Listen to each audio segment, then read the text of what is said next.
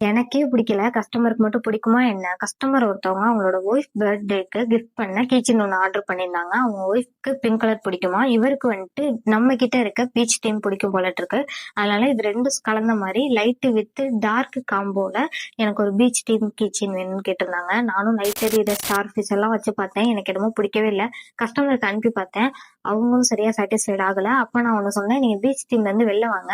Pink கலர்ல ஒரு new model ஒண்ணு நான் பண்ணி தரேன். அது சூப்பரா இருக்கும்னு சொன்னேன். கஸ்டமரும் டெஸ்ட் பண்ணி ஓகே பண்ணுங்கம்மா அப்படின்னாங்க. நான் பண்ணி காமிச்சதுக்கு அப்புறம் கஸ்டமருக்கு அந்த மாடல் ரொம்ப பிடிச்சி போயிடுச்சு. சூப்பரா இருக்குன்ட்டாங்க.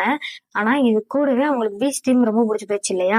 அதனால பீச் தீம்ல, அதாவது சீ தீம்ல ஒரு கீச்சன் ஒண்ணு கேட்டிருந்தாங்க அவங்க பொண்ணுக்காண்டி.